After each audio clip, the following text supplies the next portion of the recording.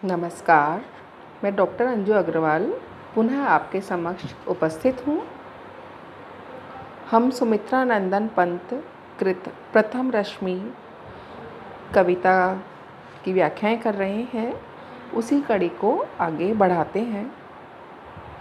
स्नेहहीन तारों के दीपक, श्वास शून्य थे तरु के पात, विचर रहे थे स्वप्न अवनी में, तमने था मंडप ताना।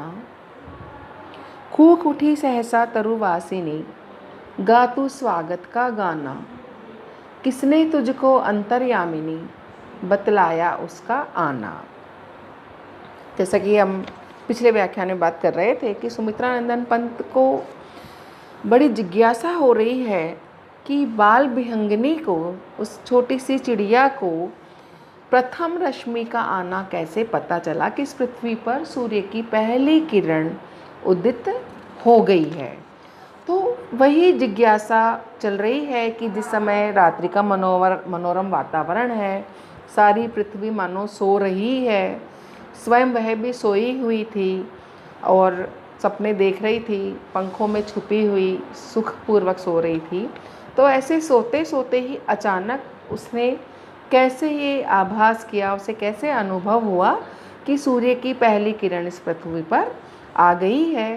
तो उसी रात्रि का वातावरण जो समय होता है, जिस समय की सूर्य की पहली किरण आती है, उसी वातावरण का चित्रण सुमित्रा नंदन पंत करते हुए कह रहे हैं कि ऐसे वातावरण में हे बाल विहंगिनी, हे अल्प अवस्था वाली चिड़िया पक्षी, तुझे सूर्य की पहली किरण का आना कैसे पता चला। तो कैसा वातावरण उस समय हो रहा था जिस समय कि पक्षी को, उस चिड़िया को पता चल गया कि सूर्य की प्रथम किरण उदित हो गई है। वो कह रहे हैं पंत जी, स्नेहहीन तारों के दीपक, श्वास शून्य थे तरु के पात, कि उस समय तारों के जो दीपक थे वो स्नेह से शून्य हो रहे थे, स्नेह से हीन थे। स्नेह प्रेम को तो कहते ही है, साथ में स्नेह तेल को भी कहते हैं कि जैसे दीपक का तेल कम हो जाता है तो कम होने पर थोड़ी उसकी रोशनी मंद हो जाती है, धीमी हो जाती है, वैसे ही इस समय तारे भी थोड़े मंद उनकी रोशनी हो गई थी। प्रातःकाल होने वाला था, रात्रि में तारे तेज टिमटिमाते हुए लगते हैं, उनकी रोशनी तेज लगती है, लेकिन सूर्य की जब पहली किरण पड़ी, सांझ का जो उस समय रात का जो वातावरण था, उस समय तारे थोड़े से स्नेहहीन हो गए थे। उनमें थोड़ा सा तेल जैसे दीपक में कम हो जाता है, वैसे उनकी रोशनी थोड़ी कम हो गई थी। श्वास शून्य थे तरु के पात, और जो वृक्षों के पत्ते थे वो भी मानो श्वास से शून्य थे। जैसे श्वास शून्य होने पर, श्वास की गति कम होने पर, या शून्य की बात कर रहे हैं कि कोई चीज़ जैसे श्वास शून्य हो जाती है, श्वास का, सांसों का आना जाना जैसे पता नहीं चलता है, उसकी आवाज़ नहीं होती है, तो जो तरु के, वृक्षों के जो पत्ते थे उस समय मानो वो भी निर्जीव जैसे हो गए थे, अर्थात उनका हिलना डुलना भी बंद ही था, श्वास शून्य ही हो रहा था, निर्जीव जैसे जिस समय वृक्षों के पत्ते हो रहे थे। विचर रहे थे स्वप्न अवनी में, कि जिस समय इस पूरी पृथ्वी पर स्वप्न विचरण कर रहे थे, अर्थात सारी प्रकृति में जितने भी मानव थे, पशु थे, प्राणी थे, वो सब सो रहे थे, सपनों में खोए हुए थे, सपनों में वो विचरण कर रहे थे, स्वप्न आ रहे थे। तमने था मंडप ताना, और अंधकार ने चारों ओर अपना मंडप तान रखा था, अर्थात कह सकते हैं कि रात्रि जो है अपने पूरे चरम पर थी, जिसमें कि तारों रूपी दीपक मंदे पड़ गए थे, वृक्षों के पत्ते श्वास शून्य हो रहे थे, यानी वो भी नहीं हिल रहे थे। इस पृथ्वी पर सब मानव मात्र, पूरे प्राणी सपनों में विचरण कर रहे थे, और चारों ओर अंधकार ने अपना मंडप तान रखा था।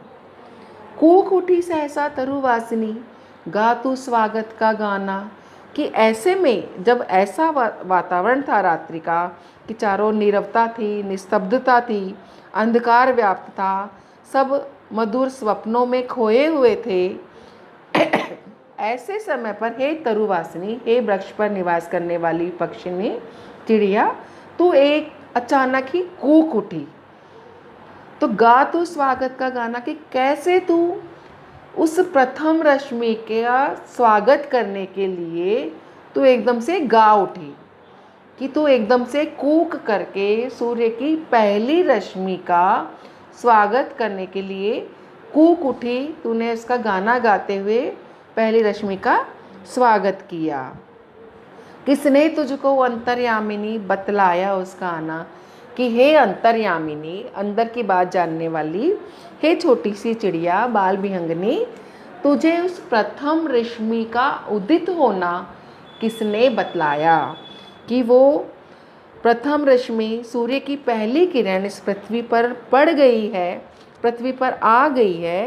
हे छोटी चिड़िया, तुझे ये कैसे पता चला कि तू उसके स्वागत में गाना गाने लगी, इसके स्वागत में तू एकदम से अचानक ही कूक उठी।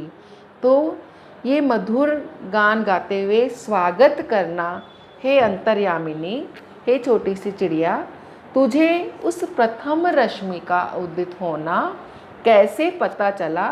तू क्या सूर्य के अंतरतम की बात को जानती है कि अब वो आने वाला है, या तुझे उसके आने के बारे में किसी ने बताया है? तो हे तरुवासिनी, तरु पे निवास करने वाली छोटी सी चिड़िया, तुझे सूर्य की पहली किरण का इस पृथ्वी पर आने का कैसे पता चला? तो सुमित्रानंदन पंत को बहुत ही आश्चर्य हो रहा है, बड़ा कौतूहल हो रहा है कि इस छोटी सी चिड़िया को उस प्रथम रश्मि के आगमन की सूचना किसने दी, उसके स्वागत का गाना गाना उसको किसने सिखाया, कैसे उसे पता चला ऐसे रात्रि के नीरव वातावरण में कि अब प्रातःकाल होने वाला है, सूर्य की पहली किरण आ गई है। तो ये सारी जिज्ञासा सुमित्रानंदन पंत के हृदय में उत्पन्न होती है। तो बहुत ही सुंदर शब्दावली का इन्होंने प्रयोग करते हुए उस चिड़िया से प्रथम रश्मि के आगमन का रहस्य पूछते हैं। वो बहुत ही सुंदर शब्दावली, रूपक, उत्प्रेक्षा और आक्षेप अलंकारों का प्रयोग किया है, और तत्सम शब्दावली तो है ही, गेयता इसमें दिखाई हमको देती है, प्रकृति चित्रण में मानवीकरण दिखाई देता है। निकल सृष्टि के अंध गर्भ से छाया तन बहु छायाहीन, चक्र रच रहे थे खल निशिचर, चला कुहूक टोना माना, छिपा रही थी मुख शशि बाला, निशि के श्रम से हो श्रीहीन, कमल क्रोड़ में बंदी था अली, कोक शोक से दीवाना। तो कह रहे हैं निकल सृष्टि के अंध गर्भ से छाया तन बहु छायाहीन, कि इस समय का जो प्राकृतिक वातावरण है, उस प्राकृतिक वातावरण की ही यहाँ पर वो कल्पना कर रहे हैं या वर्णन कर रहे हैं कि रात्रि के अंत में और प्रातःकाल से पूर्व जो प्राकृतिक वातावरण में जो परिवर्तन दिखाई देता है, कि एक तरफ तो चंद्रमा छिप रहा है और दूसरी ओर कमल खिलने लगते हैं। इसी सुंदर दृश्य को यहाँ पर पंत जी ने चित्रित किया है। चित्रित करते हुए पंत जी कहते हैं कि रात्रि के सघन अंधकार में छाया के समान काले शरीर वाले तथा छाया से रहित अनेक दुष्ट रात्रिचर, खल दुष्ट, निशिचर रात्रि में विचरण करने वाले चक्र रच रहे थे। वो इस सृष्टि से बाहर निकल करके कोई कुचक्र सा रचते हैं अंधेरे के अंदर, कि अंधेरे में वो सब कुचक्र रच रहे हैं, अपनी माया फैला रहे हैं। ऐसा लगता है मानो वो सर्वत्र जादू टोना कर रहे हो। चला कूक टोना माना, कि मानो इस अंधकार में कोई टोना माना सा अंधकार के अंदर ये भूत प्रेत निशिचर रात्रि में विचरण करने वाले कर रहे हो। तो वो अपना इंद्रजाल का प्रसार करते हुए इसे दिखाई देते हैं, कोई कुटुल चक्र मानो वो चला रहे हों। छिपा रही थी मुख शशि बाला, निशि के श्रम से हो श्रीहीन। और ऐसे ही चंद्रमा रूपी जो बाला थी वो पूरी रात्रि में विचरण करने के कारण पूरी रात्रि की थकान से श्रीहीन होकर के, सौंदर्यहीन सी होकर के मानो अब छुपना चाह रही हूँ, अपना मुंह छुपाना चाह रही हूँ। पूरी रात्रि में चंद्रमा निकला हुआ है, ऐसे में पूरी रात्रि में क्योंकि वो कार्य कर रही है, श्रम कर रही है, तो बड़ी सुंदर कल्पना कवि ने यहाँ की है कि प्रातःकाल होने से पहले चंद्रमा रूपी सुंदरी मानो अपना मुख अंधकार रूपी घूंघट में छुपा रही है। तो रात भर के परिश्रम के बाद में उसका मुख भी शोभाहीन हो गया है। तो यहाँ पर कवि कल्पना कर रहे हैं कि रात्रि के अवसान होने पर चंद्रमा का जो बिंब है वो अब धूमिल हो गया है और वो भी अस्त होना चाह रहा है। कमल क्रोड़ में बंदी था अली, कोक शोक से दीवाना। और इसी प्रकार से जो अली, जो भंवरा कमल के क्रोड़ में, कमल की गोद में बंद था। आपको शायद पता होगा कि भंवरा कमल में जब प्रातःकाल कमल खिलता है सूर्य को देख करके, तब उसमें उसको उस पर बैठता है। और रात्रि में सूर्य के छिपने पर जब कमल की पत्तियां बंद हो जाती है तो वह भंवरा भी उस कमल की पत्तियों के बीच में ही बंद हो जाता है, कमल के अंदर ही बंद हो जाता है। तो कमल के क्रोड़ में बंदी था अली कि जिस समय सूर्य उदित नहीं हुआ है, अंधकार ही है, और उस अंधकार में भंवरा बंद ही था अभी कमल की गोद में, कोक शोक से दीवाना। और जो कोक, जो चकवा अभी अपने शोक से ही, अभी शोक में ही मग्न है, शोक में दीवाना ही हुआ है, अर्थात इन्हें अभी प्रातःकाल का एहसास नहीं हुआ है, प्रातःकाल की अनुभूति नहीं हुई है। अगर प्रातःकाल हो जाता तो ये अली जो है भंवरा, वो कमल के पत्तियों से बाहर निकल जाता, कमल की गोद से बाहर निकल जाता।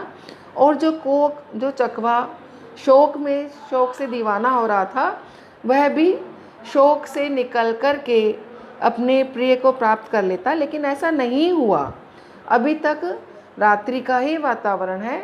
इस रात्रि के वातावरण में तुम्हें कैसे पता चला हे पक्षिणी कि सूर्य की पहली किरण आ गई है, अब सूर्य उदित होने वाला है? तुम तो स्वयं भी सोई हुई थी, तो ऐसे सोते सोते ही तुमने इस चीज़ का कैसे अनुभव किया, जबकि और कोई चीज़ इस चीज़ का संकेत नहीं दे रही है कि प्रातःकाल की पहली किरण आ गई है और प्रातःकाल होने वाला है।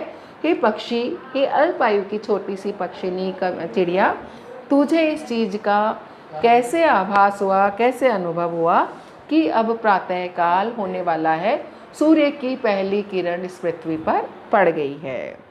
आज इस व्याख्यान को हम यहीं विराम देते हैं, कल इसी को आगे बढ़ाएंगे। धन्यवाद।